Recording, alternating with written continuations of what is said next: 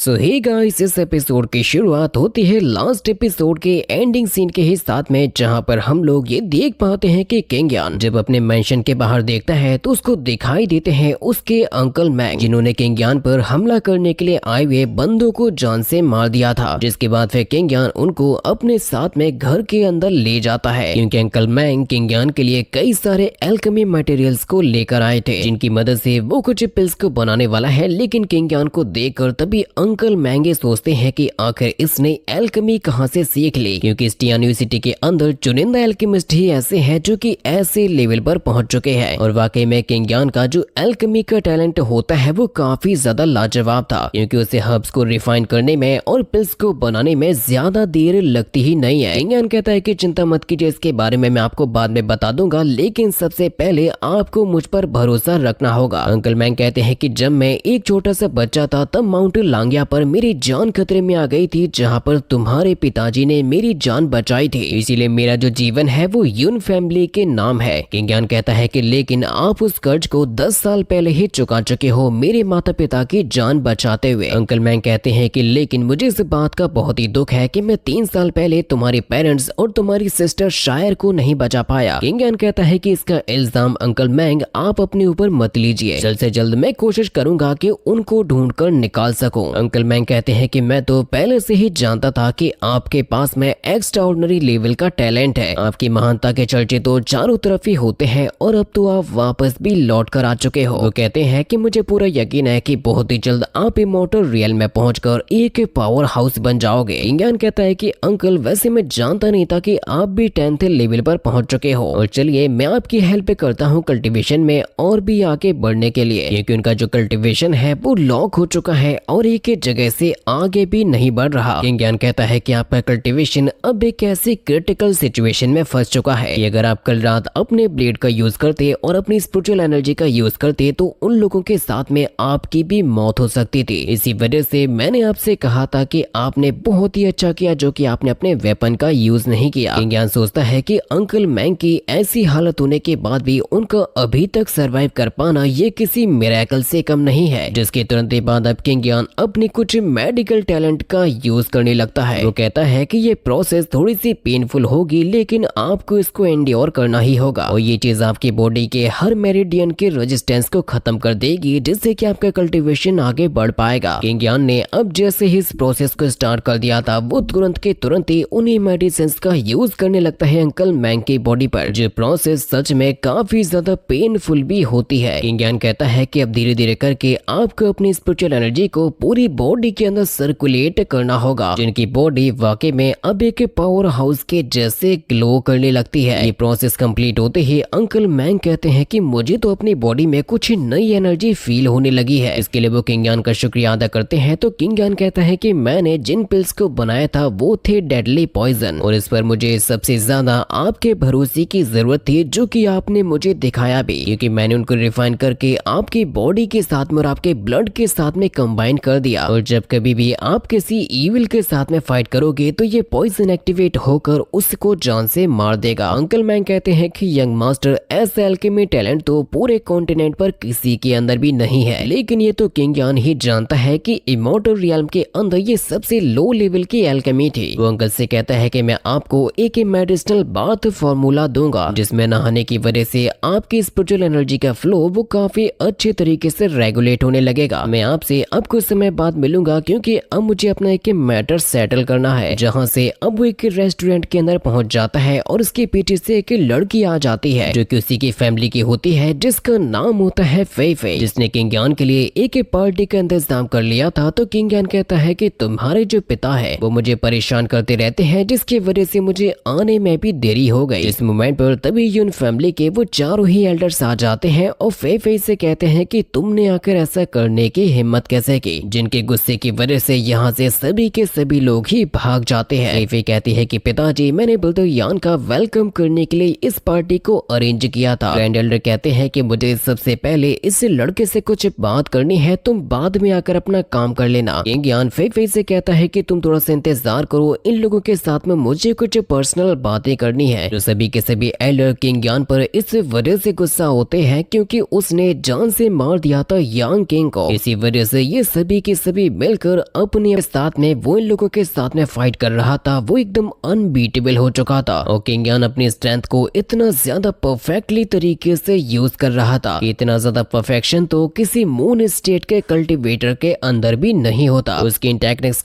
को सीख कैसे लिया? किंग यान कहता है कि मैंने तो अभी केवल उनमें से चंद ही तुम्हें दिखाई है जो कि मैंने सीखी है, करना भी स्टार्ट कर दिया था, जिसकी वजह से अब तो ये सच में लग रहा था कि इस बंदे को हराना तो नामुमकिन है, जिसकी वजह से अब सारे के सारे एल्डर इकट्ठे होकर अपना अपना हमला भी करने लगते हैं। अब किंग यान को चारों तरफ से ही घेर लिया गया था, वो आखिर अपने आप को किस किस से बचाता, लेकिन उसके रिफ्लेक्शन इतने ज्यादा फास्ट होते हैं कि ये बूढ़े एल्डर उसके सामने टिकने वाले नहीं थे। किंग यान अब यहाँ पर अपनी एक ऐसी टेक्निक का यूज करने वाला है जिसके सामने इनमें से कोई भी टिकने वाला नहीं है। भले ही उसके पास में उसकी तलवार की केवल और केवल मयान बची थी, लेकिन लगाना होगा कि एक्चुअल में इसकी सच्चाई क्या है। किंग यान को तो ये पता था कि इस जगह पे काफी ज्यादा मात्रा में स्पिरिचुअल एनर्जी होती है, लेकिन यहाँ पर तो उसको ऐसा कुछ भी फील नहीं हो रहा था। और साथ ही साथ किसी चीज की एक अजीब सी स्मेल भी होती है जिसके बारे में किंग यान पहले से ही जानता था। जिस मोमेंट पर अचानक से ही किंग यान के ऊपर आसमान से कुछ किंग यान कहता है कि और तुमने मुझ पर हमला करने की भी कोशिश की, जिसकी तुम्हें सजा तो जरूर से मिलेगी। किंग यान कहता है कि जब मैं वापस आ रहा था तब भी तुमने मुझे काफी ज्यादा परेशान किया था और अब तुम आ भी गए हो मेरे ही गार्डन के अंदर, जो अब यहाँ पर चारों तरफ ही घूमने लगता है क्योंकि वो वेट कर रहा था कि किस मोमेंट पर किंग यान पर हमला कर सके। किंग यान कहता है कि जब हमारा बॉन्ड इतना अच्छा है तो क्यों ना तुम मेरे सामने आ जाओ। जिस मोमेंट पर अचानक से ही कुछ फ्रोजन अटैक्स के द्वारा हमला कर दिया जाता है किंग यान पर, जिन हमलों से वो अपने आप को बचाता है और फाइनली उसको नजर आ जाता है वो एंशिएंट कियोस बीस्ट, जिसने तय जैसे कि कोई बिल्ली का बच्चा मौजूद हो। किंग यान कहता है कि वैसे बीस्ट तुम अचानक से इतने छोटे कैसे हो गए, लेकिन वो लिटिल बीस्ट तो अपनी लक को ही कोसने लगता है कि मेरी किस्मत कितनी ज्यादा खराब है। मैं एक एंशिएंट बीस्ट होने के बाद भी इमॉर्टल लॉर्ड से टकराया और एक छोटा सा बच्चा बन गया। किंग यान कहता है कि अब जाके मैं समझा कि लिन फैमिली आ चुके थे और देखते ही देखते चंद पलों के अंदर वो सभी के सभी हमलावर खत्म हो जाते हैं। तभी अब हम लोग किंग यान को देखते हैं जो कि चीलिंग की फ्लेम का यूज करते हुए अपने कल्टीवेशन को कर रहा था। वो दोनों ही मिलकर अपनी पूरी जान लगा देते हैं और अब कहानी आगे पहुंच जाती है 6 घंटे बाद, जितने समय में चीलिंग की तो हालत खराब हो जाती है। किंग यान कहता है कि चिंता क्यों करते हो, ये तो अभी शुरुआत है। जिस मोमेंट पर अब वो अपने येलो स्टार बैनर का यूज करने लग जाता है लॉन्ग स्टेशनरी रूइन को कल्टीवेट करने के लिए। जब वो ये सब कुछ कर ही रहा था, बाहर की साइड में चेंज हो चुका है, के साथ में एक फॉर्मेशन मास्टर भी बन चुका है। अंकल मैंग तो इमोशनल होकर कहते हैं कि यंग मास्टर आपने अपने अंदर और कितने सरप्राइजेस छुपा के रखे हैं, जिसके फिर अगले ही सीन के अंदर हम लोग देख पाते हैं लिन बेहुआ को, जो कि अपने लेवल को अब और भी ज्यादा इम्प्रूव कर चुका था और वो किंग यान के साथ में फाइट करने के लिए अब पूरी तरीके से तैयार भी हो चुका था। उसे बस अब लोअर किंग लेवल के ये पर्पल फ्रॉस्टेस वॉर्ड की जरूरत थी, जो कि उसके पास में होती है और वो मरने की पावर छुपी हुई थी, जिसके फिर 7 दिनों के बाद फाइट होती है और किंग यान के पैरों के नीचे मौजूद होता है बेहुआ। किंग यान कहता है कि मैंने तो सोचा था कि तुम तो फाइटिंग करने